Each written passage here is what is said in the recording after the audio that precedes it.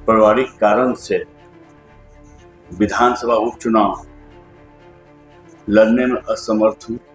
बांकीपुर विधानसभा उपचुनाव में बीजेपी के प्रत्याशी अभिषेक बंटी ने अपना नाम वापस क्यों लिया? उनकी जगह नीरज कुमार सिन्हा को पार्टी ने क्यों उम्मीदवार बनाया? ये सवाल सभी के जहन में है। अभिषेक ने नॉमिनेशन के एक दिन बाद ही पारिवारिक कारणों का हवाला देते हुए नाम वापस ले लिया। वो कौन सा पारिवारिक कारण जिसका हवाला अभिषेक ने दिया? आइए उसे विस्तार से जानते हैं।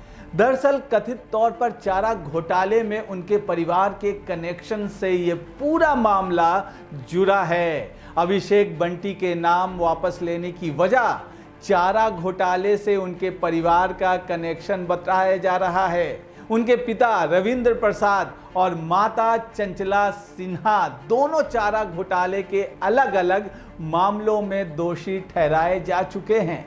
बीजेपी को डर था कि प्रशांत किशोर समेत विपक्षी पार्टियां इसको मुद्दा बना सकती हैं, जिससे नैरेटिव की लड़ाई में पार्टी पिछड़ सकती है। अब जानते हैं कि किन किन मामलों में अभिषेक के माता पिता को सजा मिली थी।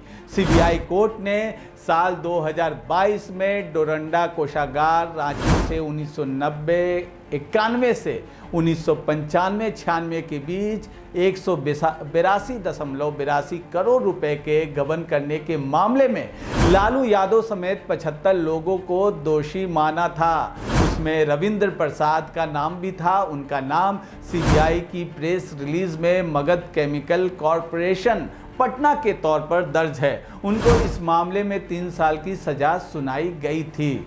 इसके अलावा साहेबगंज कोषागार मामले में भी माता पिता दोनों को सजा मिली थी।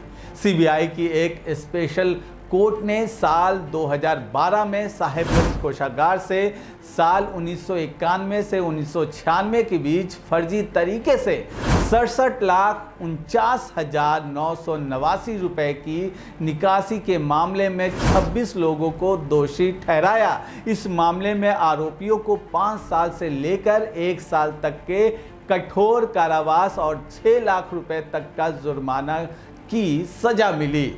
इस मामले में मगध केमिकल कॉरपोरेशन के मैनेजर रविंद्र प्रसाद को 2 साल के कठोर कारावास की सजा और 25,000 रुपए का जुर्माना लगाया गया। इसी मामले में मगध केमिकल कॉरपोरेशन की प्रोप्राइटर चंचला सिन्हा को 1 साल के कठोर कारावास की सजा और 25,000 रुपए का जुर्माना लगाया गया था।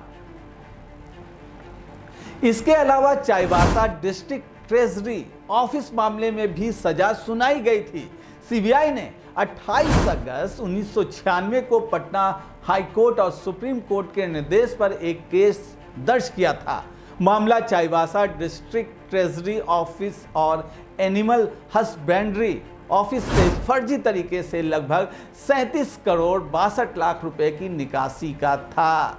ये निकासी साल 1992-93 के बीच फर्जी अलॉटमेंट लेटर, सप्लाई ऑर्डर और फर्जी बिल के आधार पर किए गए थे। सीबीआई की स्पेशल कोर्ट ने साल 2018 में इस मामले में लालू यादव और जगन्नाथ मिश्रा समेत 50 लोगों को दोषी पाया और उनको सजा सुनाई थी। इस मामले में चंचला सिन्हा को 3 साल की सजा सुनाई गई और 80,000 रुपए का जुर्माना लगाया गया था। बीजेपी की सीनियर नेताओं तक अभिषेक बंटी से जुड़े इन मामलों की जानकारी पहुंच गई थी।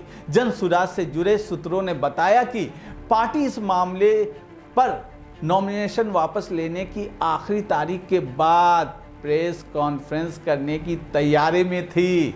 इसलिए बीजेपी की ओर से अभिषेक बंटी को पीछे हटने को कहा गया और फिर आखिर में नीरज कुमार सिन्हा की लॉटरी लग गई और बीजेपी ने उन्हें उम्मीदवार बना दिया। तो ये सारा मामला जो लोगों के जहन में था कि आखिर अभिषेक सिन्हा किस पारिवारिक मामले की बात कह रहे हैं और उन्होंने नॉमिनेशन करने के बाद अपना नाम क्यों वापस लिया, ये बताता है कि लालू कनेक्शन और चारा घोटाले में उनके माता पिता का नाम ही सबसे बड़ा कारण बना। इसीलिए इशारों में अभिषेक बंटी ने पारिवारिक मामला बताया। क्योंकि विपक्ष इस मामले को बड़े जोर शोर से चुनाव कैंपेनिंग के दौरान उठाने वाला था, इसीलिए बीजेपी अपनी फजीहत कराने से बची और वक्त रहते ही अभिषेक बंटी का पत्ता साफ कर दिया गया। तो ये थी पूरी कहानी, और ऐसे ही तमाम विश्लेषण के लिए हम लगातार आपको ऐसे ही स्टोरी पे, खबरों पर विश्लेषण करते रहेंगे और आप तक खबर पहुंचाते रहेंगे। आप बने रहिए हमारे साथ। फिलहाल मुझे दीजिए इजाज़त। नमस्कार।